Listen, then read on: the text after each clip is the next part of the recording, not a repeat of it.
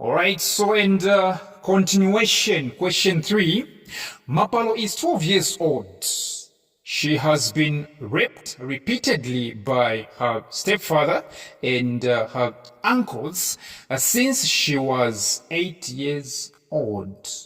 Okay. They told her not to tell anyone and threatened her with terrible things if she did that. I think you can catch the drift, right? There is a young lady that has been raped, right, since she was 8. Okay, by both uncles and this one stepfather. Question A, what made Mapalo vulnerable? Number 1, she was young and naive. Okay, so if you are naive and young, you are prone to be vulnerable. Young and naive. Yes, so she was young and naive. True that. Number 2, you can also add threats from the stepfather. Threats from the stepfather and uncles. Threats can make you vulnerable. True that. Question B, mention 2 possible reactions after Mapalo's experience of rape. Which means, how would Mapalo react after being raped? There are so many actually. She would be shocked. So number 1, shock. Number 2, unnatural calmness. All right, you find a child, you find a young lady, she's always tensed. She's always scared. All right? She's always scared. Okay? Number 3, you can add fear. This young lady is likely to have fear, develop fear. Number 4, shame. Number 5, loss of control, feelings and powerlessness. These are just some of our reactions. Now 4, problems, what? Sleep. Yes, she would be having nightmares because of one rape. Okay, there are so many: depression, anger, trauma, trying to act normally. Yes, which means she'll be put in the state of being abnormal. Yes, because you can't have a child seeing if you have a right? Seeing, you know what I'm saying, right? Genitals, all right? Genitals of elderly people. This person will be feeling guilt. She'll be like, why am I case? She'll be feeling guilt. You know what I'm saying, right? Question C, what should be done to Mapalo's stepfather and her uncles? Definitely they should be reported. Not to the neighborhood, to the police, right? The police. D, identify 2 harmful practices in relation to sexual abuse experienced in most communities today. Identify 2 harmful practices in relation to sexual abuse experienced in most communities today. Today. Number 1, you can add verbal abuse. Some people are being verbally abused on a daily basis.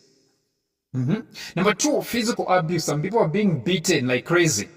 Number 3, you can add on incests. All right? Okay, incests. Your relative is trying to have sex with you, sleeping with you. All right? Your relative is trying by all means just to sleep with you. I've seen this one before. All right? I've seen this one before. There was a father actually that I knew. All right? He always wanted to sleep with his own daughter. All right, so incest is whereby your relative is trying by all means to sleep with you. All right, a relative of yours. All right. Okay, not forgetting sexual exploitation. All right. Not forgetting child prostitution. There are so many actually. You can include improper touching. Yes. Okay, improper touching. Even you having a boyfriend, a girlfriend, all right? Okay, this guy doesn't want to just sit. You're seated like this. He's always touching you. He's always touching you. Improper touching. all right, touching you, touching your privates, that's not good. Okay, that is insubordination and churlish. All right, all right, so next, you can also add assault. All right, assault, even sodomy. All right, you come from our subtuitions, right? I'll be dealing with some of these things, especially next month. Sodomy, all right? Yes, so there are so many. Okay, question E. State two institutions that address issues of child abuse in Zambia. In Zambia, there must be, for real. Zambia has been independent, since 1964. 60 years, huh? So it has to have some institutions, right? Okay, looking into the fact that, children's problems are being addressed. Number one, CHID. There is an organization called CHID, which is the Children in Distress. This one is used. This one addresses, all right? Issues of child abuse in Zambia. Children in distress. Number two, there is what we call CHIN. The CHIN actually is about, it's called, CHIN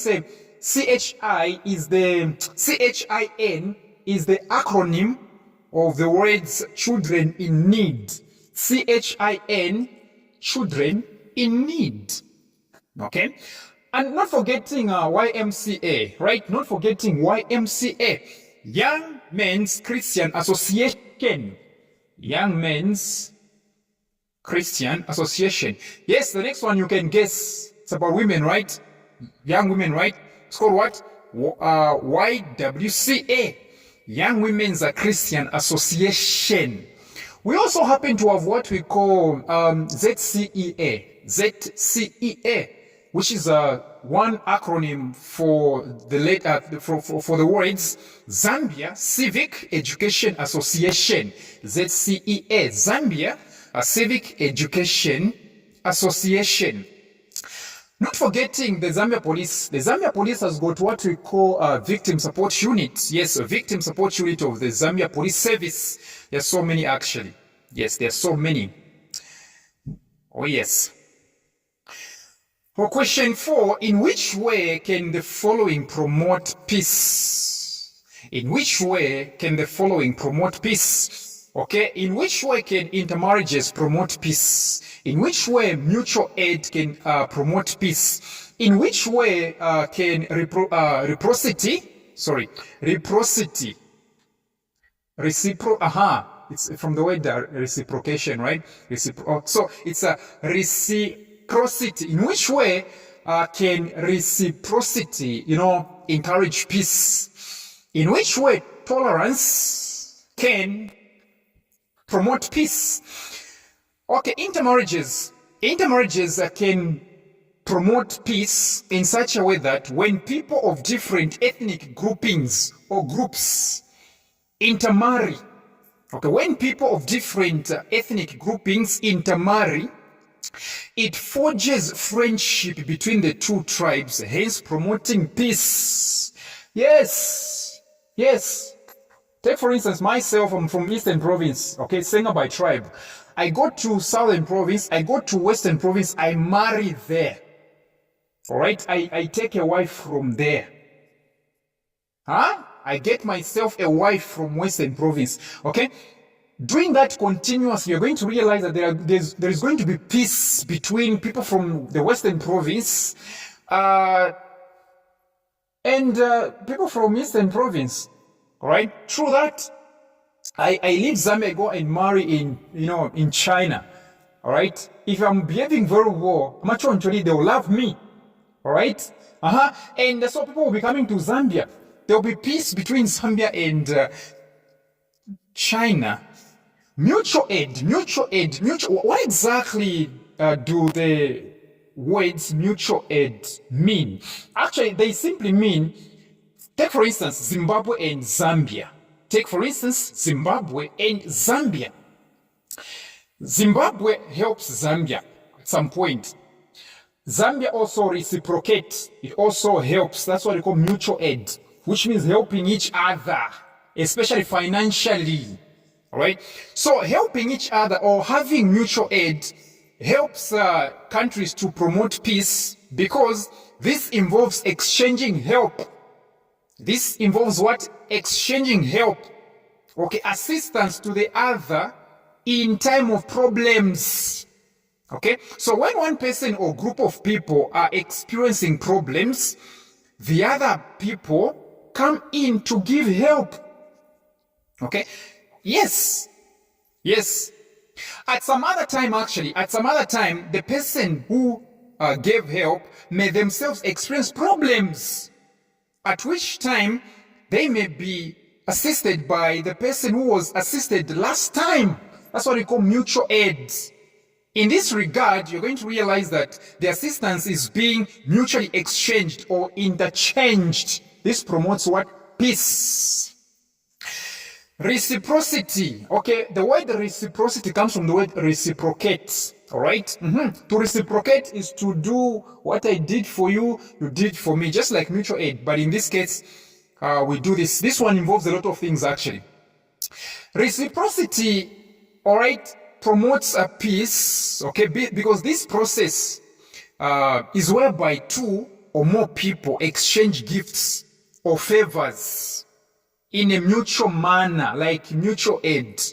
All right. So when one person gets a gift, he or she gives something back in appreciation. Okay. I don't know, but when I was young, we used to go to church. Right. When I was young, we used to go to church. Okay. So church, there was something like Fiawasi. All right. Okay.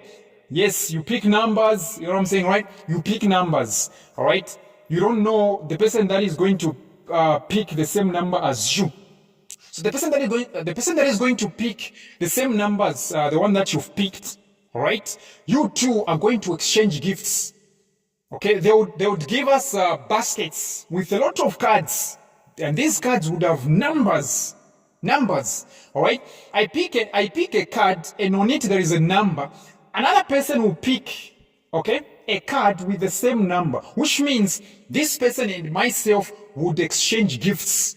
That's what we call reciprocity. So the difference between reciprocity and mutual aid is that in case of mutual aid, all right, in case of mutual aid, you realize that one person doesn't have, is being assisted. Okay, she's being assisted. The other one is the one that has. But when it comes to reciprocity, all right, when it comes to reciprocity, it's whereby the two of you have gifts. You're giving to each other. You get what I'm saying, right? Mutual aid is whereby iweta ukwete ineni nkwata na kwafulisha na ineni shikwete next time wanga fulisha. That is mutual aid. All right? But when it comes to reciprocity, when it comes to reciprocity, you realize that both of us, you and I, have good gifts. Now we exchange. That's what we call reciprocity. Tolerance. Yes, tolerance. Actually, it's the thing that you know, actually, to tolerate. This refers to a way of living and accepting different or opposing view. All right? Let me explain. This refers to a way of living and accepting different opposing views, which means what you believe in, I have to respect it, and what I believe in, you have to respect it. You get the point, right? I have to respect, right? I don't have to be stereotypical. I don't have to be stereotypical concerning your beliefs. What your views are, I have to respect them. All right? Yes, which means what other churches congregate like, all right, shouldn't be your business. All right, shouldn't be your business, because that will be the source of conflict. Yes, true that. This process often creates peace because people expressing different viewpoints are assured of being accepted and not condemned or punished. All right, the way other people conduct their lives, the way they worship, the way they do things, that's not your business. Okay, just worship the way you worship. All right, if you want to change them, just be a good example, and they'll follow you once they see how you're doing things. You don't have to be condemning them. All right.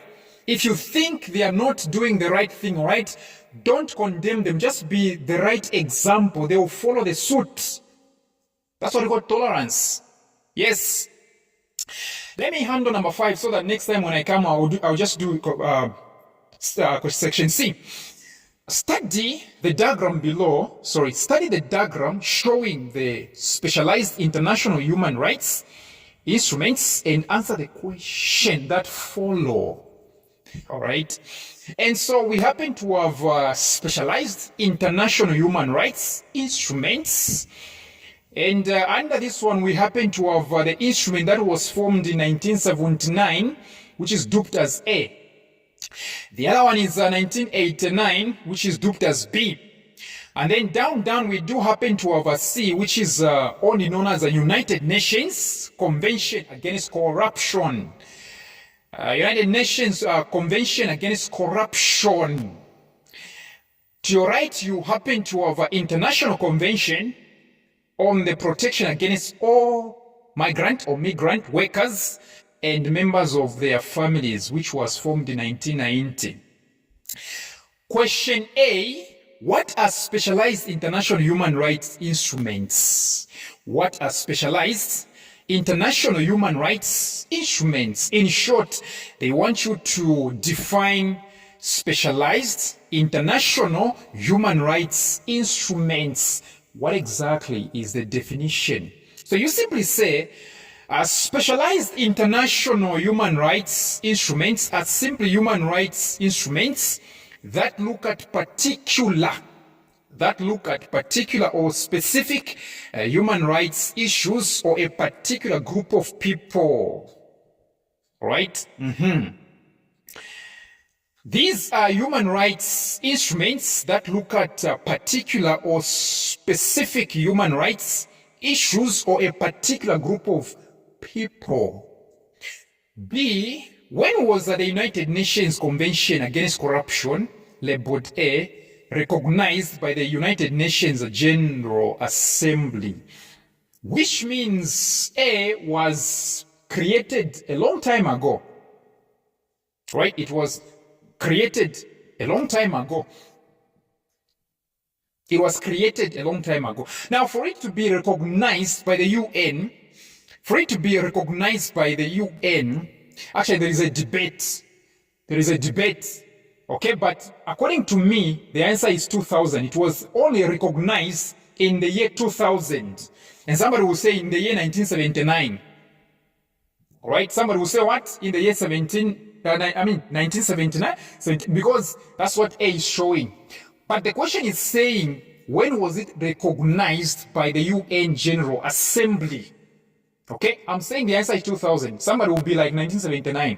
Anyway, question C, identify the specialized international human rights instruments marked B and C. B and C.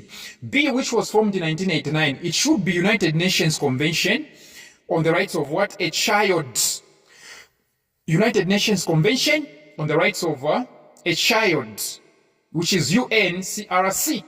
UNCRC.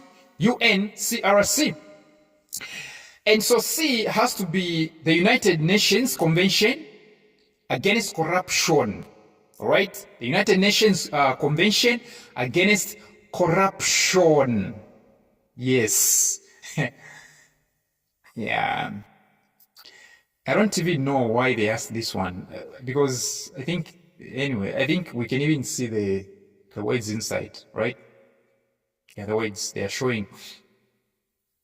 They are showing actually. Question D, mention one main area covered in the United Nations Convention Against Corruption. Mention one main area covered in the United Nations Convention Against Corruption. There are so many actually, but I'll give you number 1, prevention. Number 2, international cooperation. Number 3, asset recovery. Number 4, technical assistance and information exchange. Number 1, prevention. Number 2, international cooperation. Number 3, asset recovery. Number 4, technical assistance and information exchange. You can add this one, number 5, criminalization and law enforcement measures. Criminalization and law enforcement measures. Hey, come from our substitutions.